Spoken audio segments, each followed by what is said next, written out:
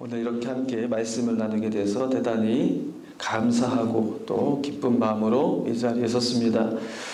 오늘 말씀의 제목은 죽어있는 자들의 부활입니다. 다소 좀 무거운 주제고 또 오늘 이 한 시간 예배를 통해서 다 말씀드리기 참 어려운 그런 말씀의 주제이지만 우리 세화교회 성도님들 사순절 기간 동안에 계시록의 말씀 함께 묵상하시면서 종말과 또 그리스도의 삶을 또 함께 배우고 또 묵상하시는 걸로 제가 알고 있기에 오늘 비록 좀 무거운 주제지만 우리 부활의 삶에 관해서 함께 말씀을 나누고자 이 말씀을 여러분과 함께 나누고자 합니다. 죽음과 부활 이게 무엇일까? 우리 이걸 함께 나누기에 앞서서 우리가 먼저 생각해야 될 것이 있을 것 같습니다. 그것이 바로 메시아 신앙이죠. 메시아 신앙이 무엇인가를 먼저 얘기해야만 우리가 이제 죽음과 부활에 관해서 비로소 말할 수 있습니다. 예수님의 시대에 전후로 한 100여 년간에는 메시아 신앙이라는 것이 여기저기서 많이 생겨나던 그런 시대였습니다. 그래서 로마의 역사서에 따르면요, 자칭 메시아라고 부르던 그런 사람들과 그 사람들을 추종했었던 많은 집단들이 우후죽순으로 여기저기서 막 생겨났다고 그렇게 기록합니다. 이렇게 메시아 신앙, 우리 예수님만 알았는데 여러 가지 많은 사람들이 그런 이야기들을 떠들고 다녔다는 것입니다. 왜 그러냐면 바로 구약 성경의 예언자를 통해서 메시아를 보내줄 것이고 메시아를 통해서 이스라엘이 구원받고 회복될 것이라는 그런 약속을 주셨기 때문이죠. 이 예언서의 근거에서 많은 집단들이 생겨났는데 사실 이런 집단들 오래 가지 못했습니다. 지도자가 처형됨과 동시에 해프닝으로 끝나는 경우가 대부분이었기 때문입니다. 자신이 따르던 메시아 지도자가 처형당하게 되면은 두 가지 방법이 있습니다. 두 가지 방법이 있어야만 그 집단이 계속 굴러갈 수가 있는데요. 하나는 바로 처형당한 지도자의 친척을 내세워서 후계자를 세우는 것이죠. 그리고 그 메시아 운동을 계속 지속시켜 나가는 것입니다. 두 번째 방법은 다른 전혀 새로운 지도자를 세우는 것. 단 이 두 가지 방법밖에 없습니다. 메시아 운동이라는 것이 그냥 죽지 않고 메시아 지도자의 처형에도 불구하고 계속 나갈 수 있는 방법이라고는 이 딱 두 가지밖에 없죠. 그래서 그 당시 많은 운동들은 이렇게 지도자가 죽고 나면 다시 해산하고 또 다른 집단들이 생겨나고 이런 식의 반복이었던 것입니다.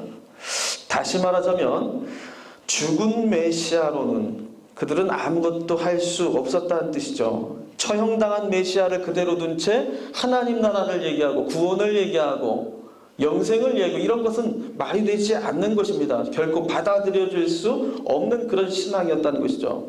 그런데 전혀 상상하지 못했던 메시아 운동이 주목받기 시작한 것입니다. 바로 갈릴리 지방에서 일어난 예수 메시아 운동이었다는 것입니다. 그들은 그들이 믿는 메시아가 십자가에 못 박혀 처형당했다는 것, 죽었다는 사실을 결코 숨기지 않았습니다. 여기까지는 여느 메시아 운동과 다를 바가 없죠. 그런데 그들에게는 매우 특별한 신앙이 선포되었습니다. 그것은 그분께서는 죽은 자들 가운데서 다시 부활하셨다. 그 한 가지 사실을 정말 붙들고 그것만을 선포했던 것입니다. 이 부활의 신앙은 결국 그들의 패배를 숨기기 위한 속임수가 아니었습니다. 부활하신 예수님을 만났다는 사람들의 증언이 퍼져나갔습니다. 흩어진 제자들이 다시 모이게 되었고 박해 속에서도 교회가 점차 수를 더해가는 그런 놀라운 역사가 일어났습니다. 예수의 천국 복음이 겨우 소수 종파의 운동으로 그칠 것 같았었던 그 운동이 이제 세상으로 퍼져나가 강력한 정말 새로운 소망의 운동으로 확산되는 그런 힘이 되었다는 것이죠. 그럼 부활신앙은 바로 교회가 세워질 수 있었던 이유고 우리가 마지막 때를 기다리며 소망 가운데 살아가게 하는 가장 중요한 동력이고 이유이기도 합니다. 부활신앙은 기독교 신앙 중에 가장 정수라 얘기할 수 있고 이것을 빼놓고서 우리가 우리의 신앙과 우리 교회를 얘기한다는 것은 어불성설이라고 말할 수 있습니다. 따라서 다른 말로 만약에 우리 부활신앙에 자그마한 오해가 있고 문제가 있다면 그것이 정말 얼마나 큰 심각한 문제가 되겠느냐는 것이에요. 이렇게 중요한 부활신앙, 이것 때문에 우리 교회가 세워졌고 이것 때문에 우리가 함께 예배드릴 수 있는 것이고 이것 때문에 우리 교회가 우리 모든 성도가 종말에 대한 두려움 없이 소망을 가지고 살아갈 수 있는데 그렇다면 이 부활신앙이 조금이라도 하자가 있고 조금이라도 오해가 있다면 우리의 신앙에 얼마나 큰 흠결이 되겠느냐는 것입니다.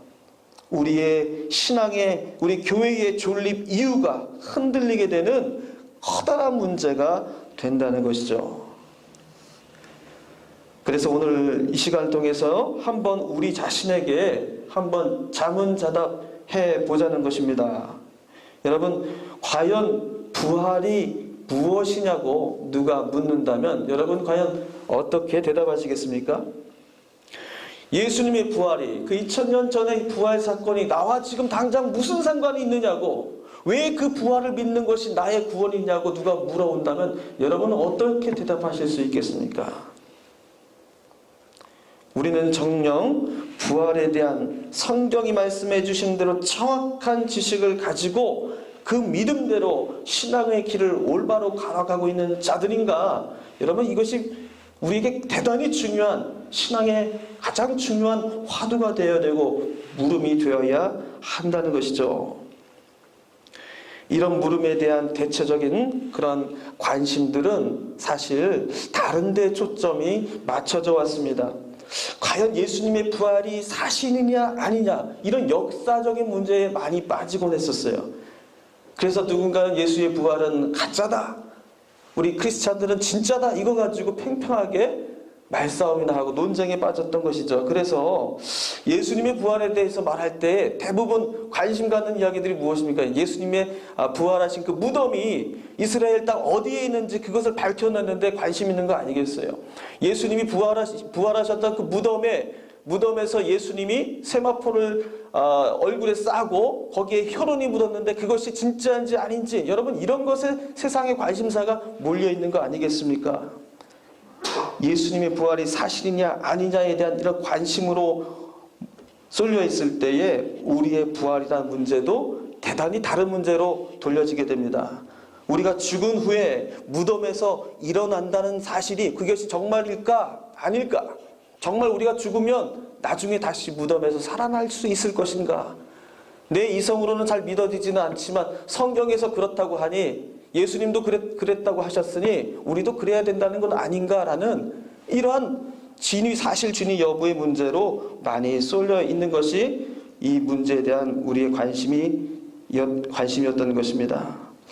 정말 우리는 정말 부활을 제대로 알고 있는가? 정말 성경이 말씀하시는 부활이 이런 종류의 문제를 우리에게 던지는 것인가? 우리는 이 문제를 가지고 오늘 이 말씀을 함께 나누고자 합니다. 성경에도 부활을 잘못 이해했었던 수많은 사람들, 많은 이야기들이 들어 있습니다. 마태복음 22장 말씀에 보시면요, 예수님과 사두개인들이 부활에 관해서 논쟁하는 것이 나옵니다. 사두개인들은 예수님에게 묻죠. 7 형제들이 있는데 큰 형수가 이제 차례대로 형제들이 다 죽고 막내 동생에게까지 결혼을 하게 되었다면 마지막 날에 부활하게 되었을 때 그 형수는 누구의 아내가 되겠느냐는 것이에요. 이 사두개인의 질문은 그 답을 몰라서 묻는 것이 아니라 굉장히 악의적인 질문입니다. 이 질문을 하는 것은 예수님을 곤경에 빠뜨려서 예수님이 말씀하시는 그리스도인들이 믿고 있는 부활신앙이라는 것이 얼마나 터무니없는 얘기인지를 증명하기 위해서 그런 논쟁거리를 들고 나온 것입니다.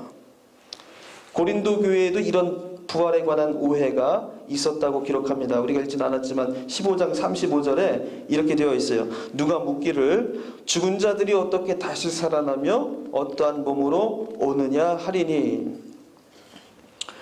고린도 교회 안에서 부활을 알지 못하는 사람들이 이렇게 물었다는 것입니다. 그들은 죽은 자들이 어떻게 다시 살아날 수 있겠느냐, 그리고 다시 살아난다 해도 그 육체가 어떠한 몸으로 다시 살아날 수 있겠느냐. 그리고 사두개인들이 물었던 이 질문과 지금 고린도전서에서 묻고 있는 이 부활에 관한 질문은 같은 것입니다. 그들은 같은 오해를 하고 있어요. 첫 번째는 부활을 뭘로 생각한 것입니까? 땅속에서 묻힌 사람이 무덤을 가르고 벌떡 일어나서 그리고 살아나오는 것, 그것을 가지고 부활이라고 믿었던 것입니다. 지금도 그렇게 부활을 믿는 분들 가운데에서는 이렇게 유언하시는 분이 계세요. 돌아가시기 직전에 화장을 하지 말아달라고 이렇게 유언으로 남기시고 가시는 분이 종종 있습니다. 왜 그런 유언을 하시겠어요? 죽은 다음에 부활해야 되는데 화장을 하면 그 몸을 어떻게 찾습니까? 그죠? 찾을 수가 없어요. 그래서 부활을 믿는 유대인들은 어떻게 장사를 지내냐면 뼈를 담을 수 있는 하나의 골함에다가 모든 뼈를 다 거기다가 모아서 그렇게 보관을 합니다. 그래야지 나중에 그 뼈들이 맞춰져서 부활을 할 수 있다. 그렇게 믿는 거예요. 그래서 땅속에 묻힌 사람이 무덤에서 나오는 것을 부활이라고 믿는 사람들에게 화장은 굉장히 두려운 것입니다. 두려운 화장법이 되는 것이죠. 둘째는 부활이 육신의 죽음이 있은 후에 일어나는 일이라고 그렇게 오해하는 경우입니다. 사두개인과 그리고 이 고린도 교회의 사람들은 그렇게 오해한 것이죠. 부활을 사후의 문제, 죽음 이후의 문제라고 여긴 것이에요. 이런 사람들에게 나타나는 흔한 문제가 무엇입니까? 내가 예수 믿으라고 아무리 권해도 예수를 믿지 않는 겁니다. 왜냐하면 나중에 죽기 직전에 예수 믿고 회개하고 세례받아야지 내가 바로 죽은 다음에 죽은 자의 부활의 경험에 참여할 수 있다고 그렇게 믿기 때문이죠. 일찍이 뭐하러 죄 지을 거 뭐하러 예수는 일찍 믿느냐 이거예요. 아주 경제적으로 예수를 믿겠다는 것이죠. 죄는 회개해도 끝이 없으니까 죽기 직전에 마지막에 회개하면 회개하기 전까지 세상 낙은 다 즐길 거 다 즐기고 천국에도 갈 수 있다는 그런 일석이조라는 그런 생각을 가지게 되는 것입니다. 여러분, 이런 생각들이 다 부활에 대한 잘못된 오해에서 비롯된 것입니다. 그런데 사도 바울이 전하는 부활은 결코 그런 것이 아니라고 말씀하고 있습니다. 부활은 죽은 이후에 무덤에서 일어나는 일도, 또는 세상이 모두 끝난 후 하늘 저 위의 세상에서 벌어지는 그러한 피안의 세계의 이야기가 아니라고 말합니다. 부활은 무엇이에요? 지금 여기에서 나에게 일어나는 바로 지금 나의 사건이 되어야 한다.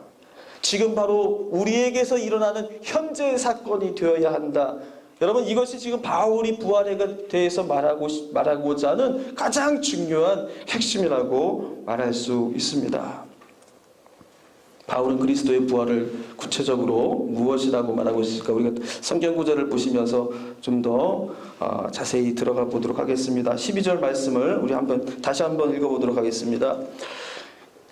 그리스도께서 죽은 자 가운데서 다시 살아나셨다 전파되었거늘 너희 중에서 어떤 사람들은 어찌하여 죽은 자 가운데서 부활이 없다 하느냐. 여러분, 이 말씀 우리가 늘 묵상해왔던 말씀이고요. 또 우리가 사도신경도 우리가 외우긴 했지만은 장사제 살만에 죽은 자 가운데서 다시 살아나시며, 이런 우리가 고백을 주일마다 사도신경을 통해서 하고 있지 않습니까? 우리가 너무 잘 알고 있는 말씀이에요. 그런데 여기서 우리가 쉽게 지나쳤던 문장이 하나 있습니다. 바울은 여기서 그냥 그리스도께서 다시 살아나셨다 전파되었거늘 이렇게 말해도 되는데 그렇게 말하지 않고요. 그 사이에 다른 말을 끼워 넣었습니다. 그 말이 바로 오늘의 말씀의 제목이기도 한 죽은 자 가운데서라는 말입니다. 죽은 자 가운데서 사흘 만에 예수님 무덤에서 다시 살아나셨다 이렇게 말하지 않고 왜 사도 바울은 죽은 자 가운데서 살아나셨다 이렇게 말하고 있는 것일까? 그렇게 보니까 지금 바울은 지금 우리가 읽은 12절부터 19절까지 죽은 자라는 표현을 계속 거의 모든 구절마다 반복해서 사용하고 있다는 것을 알 수 있습니다. 12절에도 그렇고요. 어찌 죽은 자 가운데서 부활이 없다는 13절에도 만일 죽은 자의 부활이 없으면 15절에도 이렇게 나와 있습니다. 만일 죽은 자가 다시 살아나는 일이 없으면 16절도 마찬가지고요. 도대체 죽은 자 또는 죽은 자 가운데서 이 말에 무슨 뜻이 있길래 사도 바울은 예수님의 부활을 설명할 때마다 이 말씀을 계속 반복적으로 사용하고 있는 것인가가 점점 궁금해지는 이유입니다. 혹시라도 이 말 속에 부활을 이해할 수 있는 가장 중요한 열쇠가 있는 것은 아닐까? 죽은 자 가운데서 살아나셨다는 그 말뜻이 무엇일까? 저는 이 말씀의 뜻을 더 확실하게 알아보기 위해서 원어의 충실한 번역으로 한번 고쳐 읽어보기로 하였습니다. 그리고 그 12절을 원어에 충실하게 다시 한번 이렇게 읽어보게 되었습니다. 그리스도께서 죽어 있는 자로부터 다시 살아나셨다 전파되었거늘 또는 그리스도께서 죽어 있는 자를 통하여 다시 살아나셨다 전파되었거늘 이렇게 읽을 수가 있습니다. 무슨 뜻입니까? 예수님께서 무덤에서 부활하셨다 하지 않고 죽은 자들로부터 부활하셨다는 것은 무슨 뜻이에요? 예수님이 부활하신 그 장소는 다름 아닌 죽은 자들이 되었다라는 것입니다. 다시 말해서 예수님의 부활은 과거에 어떠한 특정한 무덤 장소에서 일어났던 신비스러운 세계에 놀랄만한 기적적인 미스테리 사건이 아니라 바로 죽어있는 자들을 통해서 일어났던 그리고 지금도 죽어있는 자들을 통해서만 일어나고 있는 현재적인 사건이라고 말씀하고 있는 것입니다. 여기서 죽어있는 자는 누구를 말하는 것입니까? 여기서 죽어있는 자라는 이 단어는 그리스 성경에서 네크로스라는 이런 단어로 쓰여져 있습니다. 별로 중요하지 않는 얘기이지만은 성경에 죽어있다라는 많은 동사가 사용됐지만 이 네크로스, 이 죽어있다라는 이 현재형으로 사용된 형용사는 탕자의 비유에서 찾아볼 수가 있습니다. 거기에 보면 두 아들의 아버지가 이렇게 말하지요. 둘째 아들이 탕진을 하고 방탕하게 살다가 다시 아버지에게 돌아올 때에 이렇게 말합니다. 내 아들은 죽어 있었다가 다시 살아났다. 여기서 죽어 있었다가라에 해당되는 단어가 바로 네크로스인데요. 바로 죽은 아들, 바로 살았으나 바로 죽었다라고 말할 수밖에 없는 그런 인생, 그런 아들의 생명을 두고서 바로 죽어 있는 자라고 네크로스라고 성경은 말하고 있는 것입니다. 그렇다면 죽어 있는 자들은 누구를 말하는 것입니까? 죽어 있는 자는 땅 속에 묻혀 있는 자들을 가리키는 말이 아닙니다. 오히려 사도 바울은 죽어있는 사람들에 대한 관심이 없습니다. 오히려 고린도 교회처럼 살아있으나 예수를 믿는다고 하면서 누구는 바울파요, 누구는 개바파요, 누구는 누구파요 하면서 분쟁을 일삼고 서로 싸우고 서로 파당을 짓고 살아가는 그런 죽어있는 자들로 살아가는 그런 사람들에게 관심이 있는 것이죠. 살아있으나 죽어있는 자로 살아가는 사람들, 그런 사람들이 바로 죽어있는 자라는 것입니다. 예수님께서도 바리새인들을 책망하고 나무라실 때 그들을 뭐라고 부르셨습니까? 회칠한 무덤과 같은 자들이라고 그렇게 말했어요. 그 회칠한 무덤 안에 뭐가 있습니까? 죽어있는 자들이 있습니다. 썩어서 냄새가 납니다. 하지만 회칠한 무덤이기에 겉으로는 멀쩡해 보입니다. 바로 죽어있는 자들이라는 것은 회칠한 무덤과 같은 사람들, 살아있으나 죽어있는 것과 한 가지인 그런 사람들을 말하는 것입니다. 돈이 없으면 돈에 눌려 죽고, 또 빽이 없으면 세상 권세에 눌려 죽고, 건강이 없으면 병으로 죽는다는 그런 두려움 속에 살아가는 사람들, 죽음의 권세와 유업 앞에서 살아갈 수밖에 없는 사람들, 그래서 돈에 매여 살아가고 권세에 순응하며 살아가고 세상의 통념과 굴레를 뒤집어쓰고 종으로 살아가는 사람들, 살아있으나 산송장처럼 살아가는 사람들, 그런 사람들이 바로 죽어있는 사람들이 되는 것입니다. 바울은 바로 이러한 죽어있는 자들이 누구인지 오늘 읽지는 않았지만 앞서 있는 5절 이하의 말씀에서 그 사람들이 누구였는지 이름을 하나하나 열거하며 우리에게 말해주고 있습니다. 5절에 이렇게 되어 있죠. 게바에게 보이시고 후에 12 제자에게와, 바로 게바와 같이, 베드로와 같이 예수님은 내가 끝까지 지키고 예수님 절대로 주님을 배반하는 일이 없겠습니다. 그렇게 자신만만해하던 그 베드로가 예수님을 3번 부인하고 다시 과거 그 옛 모습으로 돌아가 도망쳐야 했던 그 베드로, 그 사람은 바로 죽어 있는 자라는 것입니다. 6절에 500명의 제자들이 바로 그런 죽은 자들이었습니다. 7절에 핍박을 피해서 다락방에 문을 걸어 잠그고 숨어 지내야 했던 야고보와 예수님의 제자들이 바로 그런 죽은 자들이었다는 것입니다. 8절에 바울이 자신을 스스로 고백하기를 자신도 살아있으나 죽은 자로 살아왔던 그런 사람이었다고 그렇게 고백합니다. 다메섹에서 예수님을 만난 사건이 그것이죠. 바울은 자기가 율법을 통하여 그 예수를 믿는 자들을 모조리 잡아가두면 그가 원하는 하나님의 구원의 세상이 올 것이라고 그렇게 믿었습니다. 그것이 그가 가지고 있는 믿음의 세상이었습니다. 그런데 하늘로부터 광채를 보고 음성을 듣지요. 그때 일어난 사건 무엇입니까? 바로 바울, 그는 살아있는 것처럼 보이나 죽어있는 존재라는 사실을 깨닫게 되는 그런 순간이었습니다. 그에게 사흘 동안 눈을 뜨지 못하고 보지 못하고 먹지 못하고 마시지도 못하는 그런 시간이 주어지죠. 그 시간은 무엇입니까? 바로 예수님과 같이 죽어있는 시간입니다.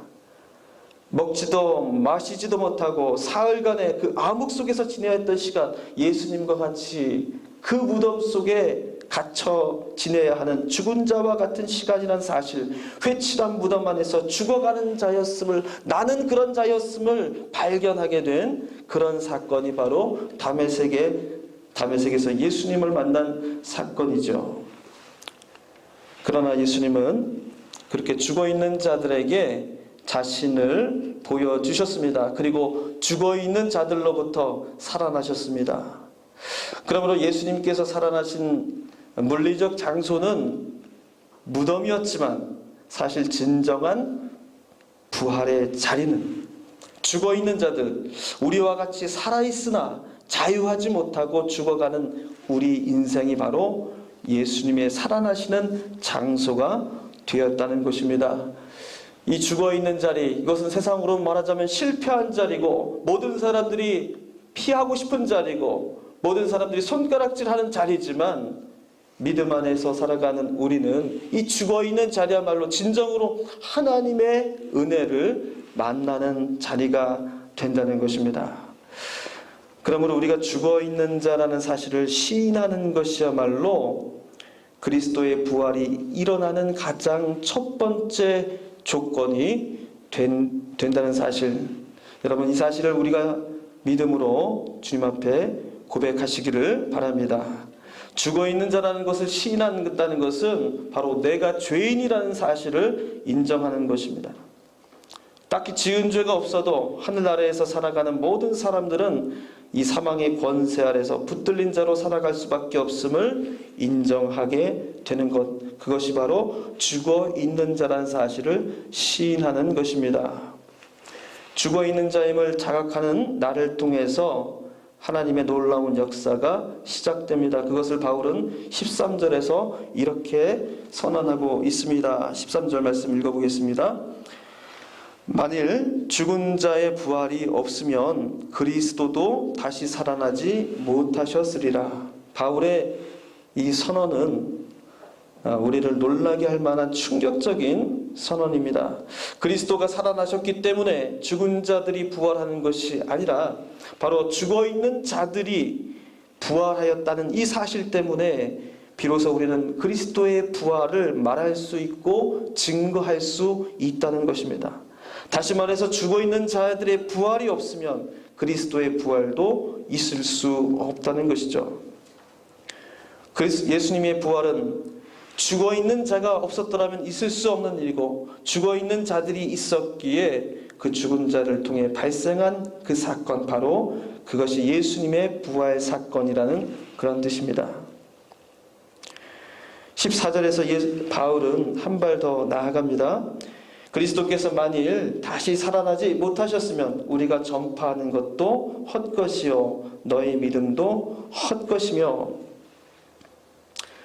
만일 죽어있는 자들로부터 예수님께서 부활하지 않으셔서 죽은 자의 부활도 없고 결국 그리스도의 부활도 부정된다면 우리의 믿는 것은 다 헛된 믿음일 뿐이라고 말하는 것이죠. 우리가 하는 모든 믿음, 모든 기도, 모든 설교, 모든 예배, 이 모든 것이 거짓된 것이고 그것이 모두 헛된 것이라고 사도 바울은 말하고 있습니다. 그러나 바울은 그런 헛된 믿음이 아니라 진정한 부활의 믿음에서 다시 시작해야 한다고 우리에게 말합니다. 그리스도의 부활을 믿는 그 출발점, 그 시작은 바로 죽어있는 자들로부터 시작된다는 것. 바로 죽어있는 자들을 통해서 시작되는 부활 사건, 그것이 우리 신앙의 가장 중심이 되는 요체라고 말하고 있습니다.